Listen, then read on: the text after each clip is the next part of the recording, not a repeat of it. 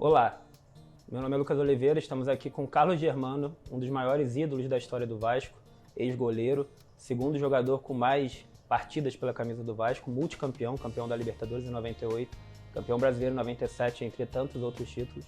Estamos aqui conversando com ele hoje. Muito obrigado, Carlos Germano, pela presença. Um prazer, obrigado pelo convite, Lucas. Sempre um prazer. Queria começar, obviamente, vamos falar muito de Vasco, e falar de Vasco hoje.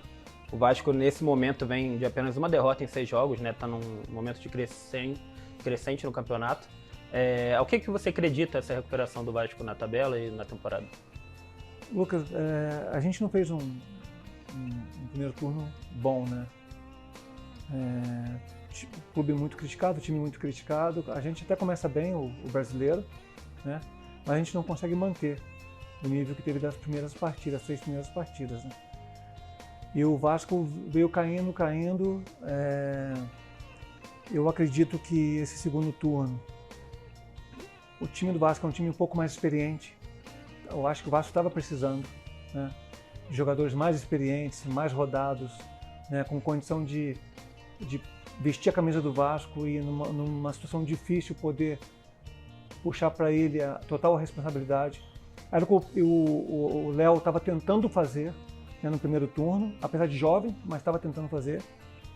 E o segundo turno totalmente diferente, né? O Ramon Dias muito bem, o tempo todo ali na beira do campo, chamando, instruindo seus jogadores. Você vê que é um Vasco diferente, né, com jogadores extremamente qualificados. E a tendência é o time crescer, é o que vem acontecendo agora no segundo turno, né? A gente espera que o Vasco possa manter essa batida aí até o final do segundo turno, porque com certeza a gente vai chegar na final do Brasileiro aí bem. Ramon Dias, que coincidentemente foi adversário do Vasco em 98. Exatamente. Na Libertadores pelo River Plate. Foi adversário nosso, né? O Vasco e o River Plate nos 2 jogos da Libertadores 98. Ele era o treinador. Legal. Você acha que então tem tempo para o Vasco se recuperar na tabela? Eu acredito que sim. A preocupação maior era o Vasco não deixar, né, ficar muito distante a nível de pontuação na briga que ele está tendo hoje, né? Porque está na fase na zona de rebaixamento, né? Z4, e não deixar de se distanciar em relação aos pontos, né? Então a gente está próximo ali, então isso é bom também, porque mais algumas vitórias a gente já começa a respirar e de repente brigar até por algo melhor. Legal. Nos próximos 3 jogos a gente vai ter confrontos diretos, né? Pro Vasco, o Curitiba, o América Mineiro e o Santos, todos ali também na zona de rebaixamento.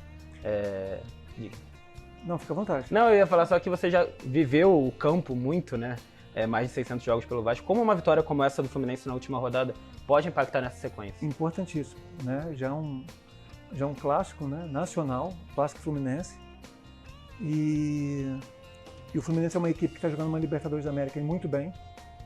É um time que já vem montado pelo Diniz há bastante tempo, já tem uma metodologia de jogar, né? Então, com certeza a gente sabia que ia ter uma dificuldade muito grande nesse jogo contra o Fluminense. Mas o Vasco se portou muito bem, conseguiu neutralizar principalmente a ideia do Diniz, que é o toque de bola, né, a aproximação. O Vasco esteve sempre muito atento em relação às marcações, né, e conseguiu um grande resultado. Eu acho que esse resultado vai ser muito importante para a gente, principalmente nesse jogo agora de quinta-feira, né, contra o Curitiba, né, a volta de São Januário, né, casa cheia, né, e jogos de 6 pontos. Todos esses 3 jogos, Vasco, América Mineiro e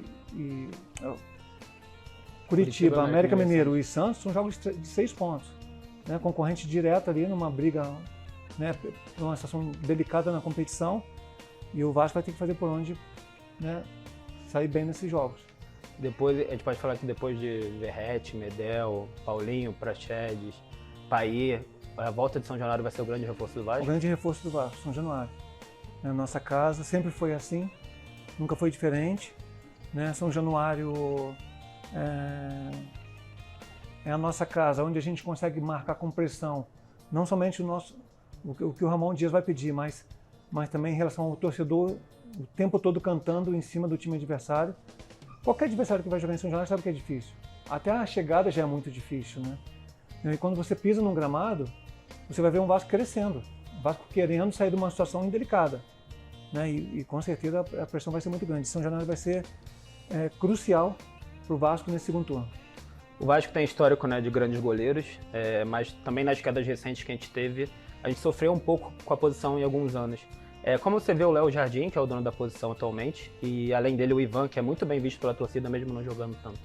Então, cara, assim, time igual o Vasco da Gama tem que ter profissionais para posição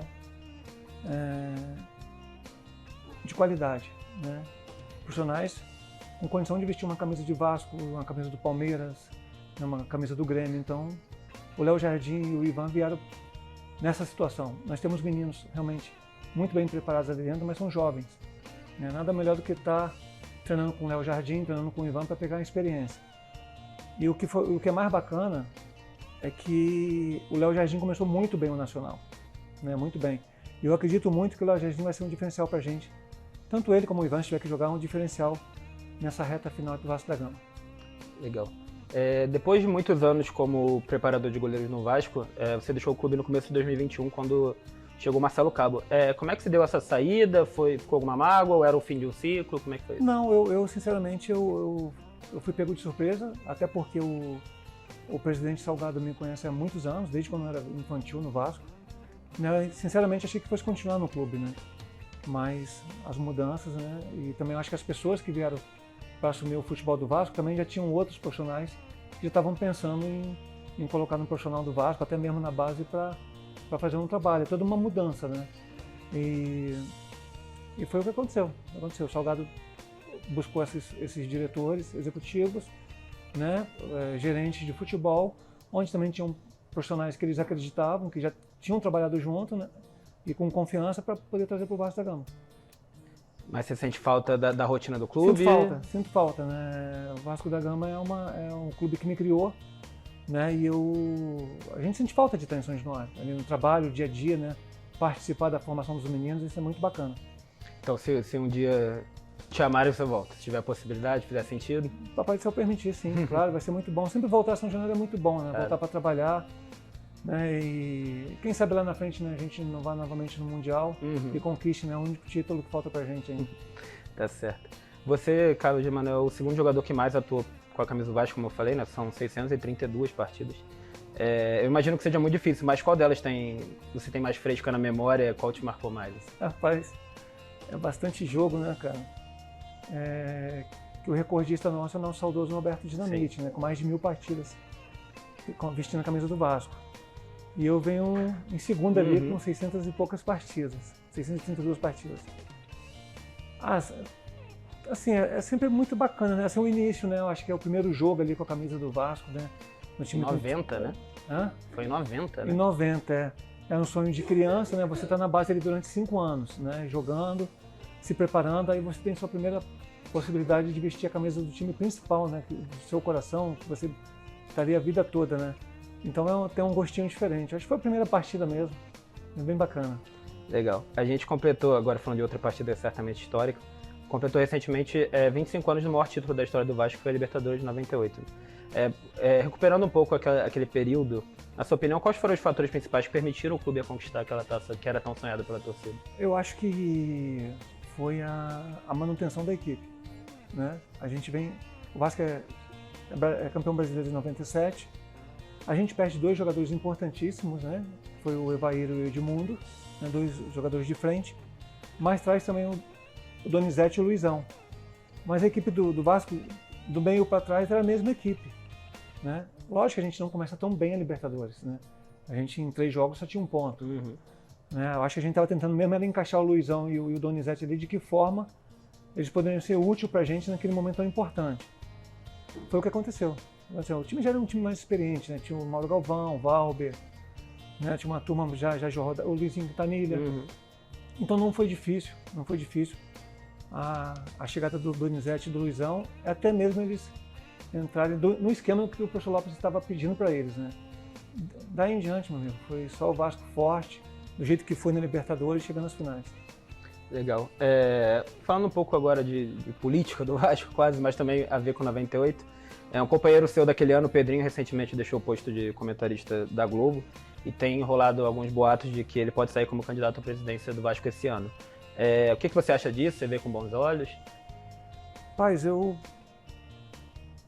a casa do Pedro, né? Do Pedrinho, né? E lógico que pegou a gente de surpresa, né? Eu tive com o Pedrinho dia 26, a gente teve também falando sobre o Vasco, sobre os 25 anos da Libertadores da América, numa entrevista. E até então, bem tranquila, estava até o Pedrinho e o Felipe juntos, a gente estava batendo um papo e não rolou nenhum papo sobre a situação do Pedro sair da emissora que estava trabalhando e vir como presidente do Vasco, né? Também a gente não sabe se é verdade Sim. ou não. Se for, eu vejo com bons olhos, porque com certeza o Pedrinho vai estar trazendo com ele todo o amor que tem pelo Vasco, da mesma forma que aconteceu com o Roberto, só que uma situação um pouco mais diferente, né? Totalmente diferente, né? Hoje a gente tem uma empresa por trás, com condição de levar o Vasco da Gama com grandes equipes, né? Diferente de alguns anos para trás, né? Que o Vasco estava sem recurso nenhum para montar equipes, né? E dessa forma não. Se o Pedrinho realmente assumir que vem como presidente e se vencer, ele vai ter todo um suporte para fazer um grande trabalho. Não somente o Pedrinho, mas outros companheiros também de equipe, daquela equipe, né? Que jogaram como Pedrinho, talvez até mesmo o Felipe, a gente não sabe, né, talvez o Edmundo. São nomes importantes dentro do Vasco da Gama que podem estar de volta para fazer o Vasco sempre forte, né? Sempre da forma que o Vasco foi, né? Sim. Eles viveram isso, né? E com certeza pode ter certeza que é um sonho deles também ver o Vasco da forma que eles deixaram lá atrás. O presidente Jorge Salgado atualmente também tem muita identificação com o Vasco, obviamente tem uma história dentro do clube, mas imagino que isso de ter sido o ídolo, o Pedrinho, o Felipe, todos que você citou, nessa relação com a SAF, que é uma coisa mais distante, uma empresa de fora do Brasil, talvez possa ser um mix também, legal. Porque né? também, assim, são ex-jogadores extremamente preparados para a situação. Né, o Pedrinho com certeza se preparou, Felipe também, né, com concursos, vários cursos feitos. Então, vão chegar sabendo o que vai estar sendo feito, né? E também já vão encontrar o Vasco numa situação mais confortável, né, para poder fazer o trabalho deles. Tá certo. Para fechar, eu acho que a gente... na verdade eu esqueci. A gente falou muito de Vasco, mas acho importante a gente também falar de um outro clube que você jogou mais pro final da carreira, que é o Botafogo. Sim. Que está liderando o Brasileirão, mas nesse momento que a gente conversa está num momento meio instável, apesar dos 7 pontos de diferença. É um título que também é muito sonhado pela torcida do Botafogo, obviamente. Você vê que, na tua opinião, o Botafogo ainda consegue segurar? Acho que é o grande favorito ainda? Eu acredito que sim. Isso depende muito vai depender muito nessa reta final dos próprios jogadores do Botafogo, né? Eles já têm uma equipe extremamente preparada, né? Tanto é que demonstrou pra gente no primeiro turno e nesse segundo turno também. Não está sendo diferente. Tiveram esses deslizes aí nessas partidas, mas eu acho que nada muda. Nada muda. O time do Botafogo está preparado para chegar à final do Brasileiro e ser campeão. Aí só depende do grupo mesmo, de jogadores, né? Se reunirem junto com o seu treinador e continuar fazendo o que foi feito no primeiro turno. Se fizer dessa forma, eu acho que não vai ter surpresa para o Botafogo. Ele vai chegar às finais do Brasileiro. Na sua história de vestiário, qual era o melhor caminho nesse momento? Assim, que a torcida está cobrando, a torcida está com medo de perder essa vantagem. O que você conversa ali para... Rapaz, na nossa época tinha muita conversa, né? Na verdade, a gente tinha uma certa liberdade até com os treinadores que trabalhavam a gente, de ter essa liberdade de fechar a porta do vestiário, sentar, conversar e resolver tudo ali dentro. Né? Nesse momento do Botafogo, eu acredito que deva ser feito dessa forma também. Eu acho que qualquer equipe, né, sabe que tem condição, o time está preparado para isso. O time do Botafogo está preparado para ser campeão brasileiro. Só depende dos jogadores. Fechou, novamente, vão até a final sem nenhuma surpresa desagradável. Legal. Muito obrigado. Nada, um prazer. Pelo seu tempo.